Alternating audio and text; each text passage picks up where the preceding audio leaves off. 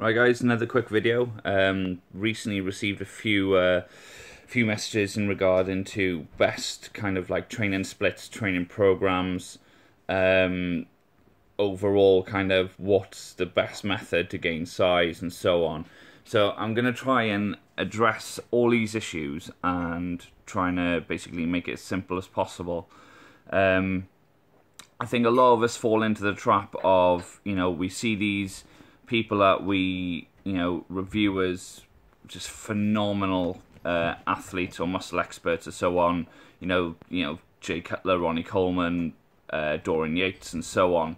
And we kind of really buy into the premise of these exercise programs that they allege that they're doing, or they bring out a program that they say that will get you to the potential that they are.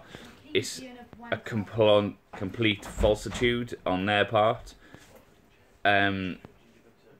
With the kind of program setup, they've got all these intricate, fancy-looking exercises that you think they're going to build so much new muscle tissue and that, but it's not really going to get you there if you're a person who's more muscular advanced already.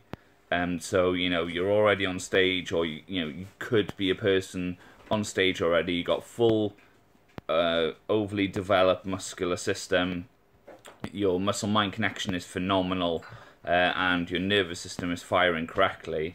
Then obviously these exercises, because you're really focusing and isolating individual muscles, it'll really highlight and bring that muscle to a better kind of definition of fullness. Whereas if you're, like where I started, quite lanky and skinny in most places with a bit of a belly, which, you classify as a ectomorph fat. There's two types of ectomorph. You've got the typical ectomorph, where you're, quite tall, long limbs, very thin, you don't put on much body fat, and it takes a lot of effort for you to put on weight.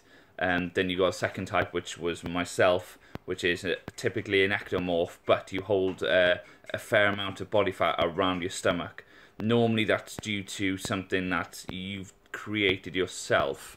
Like with my case, I didn't touch carbs for 6 months. No refeeds, eating ridiculously strict. I even started lowering fat content as well, in the illusion that, it'll help me get a six-pack and so on. But by being an ectomorph, your muscle bellies and your muscle structure itself is actually smaller than most. So to get a full fruition six-pack without, bringing up that six-pack muscle quite a lot in size, the body fat levels you have to drop to expose those muscles is ridiculous, and you will lose a huge amount of other muscle. I mean, my shoulders, I looked half like skeletal, around my shoulders. My collarbones were sticking out. My arms were like toothpicks, and you just feel like shit. You're cold all the time. It's not a nice place to be. So if you are someone who could be described as lanky or an ectomorph, my suggestion to you is really build up your abdominal muscles without doing a cutback. So then once you do build muscle everywhere else, and you do decide, I want a six-pack or whatever your goal is, that there's a more size of a muscle there. So when you strip back a little bit of fat or so on, it will reveal more kind of the aesthetic you want, without sacrificing muscle everywhere else. So yeah, the other body types you do have are mesomorph, which is basically someone like, Arnold Schwarzenegger typically. These people naturally have quite a high amount of muscle mass on their frame, very V-tapered, so their shoulders are much wider than their hips. They put on muscle quite easily. They don't really store fat, and when they do store fat, it tends to be all in the right places. Then you've got the endomorph, which is basically a typical, shorter guy, shorter levers, very easily will hold body fat. Famous bodybuilder type is Jay Cutler, for example. I mean, these guys are phenomenally strong due to the fact that they're short lever length, and also the fact that they do have a fairly high proportion of muscle tissue, but they also have a fairly high proportion of fat storage as well. So obviously a higher rep training program is more aimed at these individuals to control that fat element. But still, strength is a big factor. If something you're good at, utilize what you're good at. So yeah, going off topic a bit. So back to the training schedules. In terms of a lot of these programs that are out there trying to influence you to, do 7 different variations of bicep curls and this and that, or, this is the ultimate arm buster builder workout and all that shit. It is, unfortunately, a load of shit, and it's a selling marketing strategy.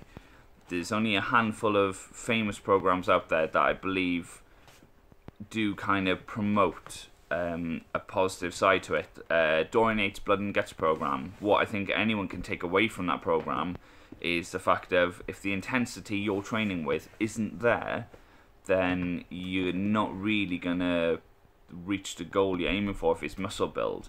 I mean, I'm not saying you should go to failure every set, but you should have at least 2 exercises in your program where, those last couple of reps, you don't know whether you're going to live or die through them. You really having to dig in deep and find a different part of you where you're either tapping into that internal rage or that internal aggression inside of you that is just going to get you through it.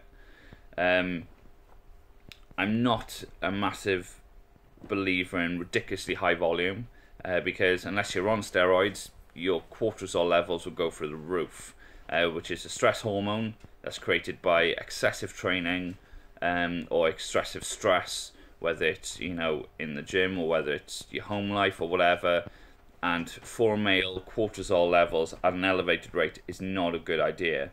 A lot of bodybuilders in the 70s decided to smoke cannabis quite prolifically after a workout.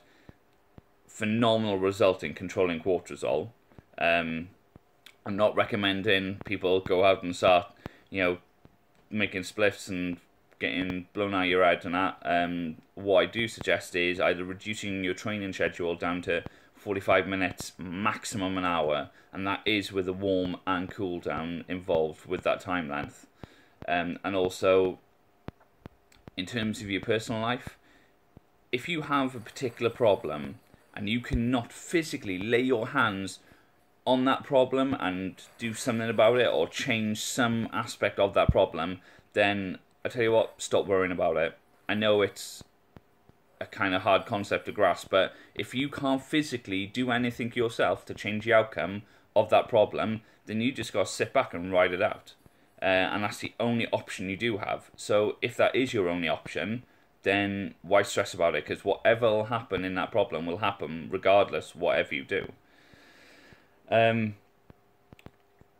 terms of actual training methods, you cannot go wrong with incorporating compound lifts as the main source of your workout. So, for example, with chest day, big bar bench press, involving dips into your chest routine. You don't have to do like all these different variations of flies and so on. Concentrating the big stuff that's going to hit the most muscles per exercise. Back day, the 2 king exercises of back day are definitely going to be deadlifts and bodyweight pull-ups. There's nothing more heroic than being in the gym and ripping a bar off the floor with, double or triple or 4 times your body weight. I mean, guys, that is probably the king of all exercises. And you are not going to get phenomenal lats unless you can smash out a good couple of sets of, 10 to 12 bodyweight pull-ups. And also pull-ups are very functional. I mean, they transfer over into, a potential everyday lifestyle kind of situation. Leg day, whether you guys do it or not, heavy back squats. I mean, what a heavy back squat will accomplish is, it will show you not only how fucking tough you really are to do it, but it hits so many alternative muscles that if you're not doing them, you're really missing out. I mean, potentially the testosterone and growth hormone level elevation while you're doing heavy back squats is phenomenal. And if your other body parts, say if you do an arm workout the day before your leg workout and you're doing heavy back squats, you've got a potential spillover effect of that natural levels are elevated from the legs that are going to assist your arms in the repair and growth. Front squats, awesome exercise, quite technical, but once you've mastered that technique and the weight starts going up, your quads, you'll never have a burning fire in your quads like you will with front squats. So in my personal opinion, first exercise, all right, yeah, let it be, a potential feeler set and warm-up set. So back day, just for example, do 2 to 3 sets of bodyweight pull-ups. Just go to, almost failure, couple of reps left in the tank on each set.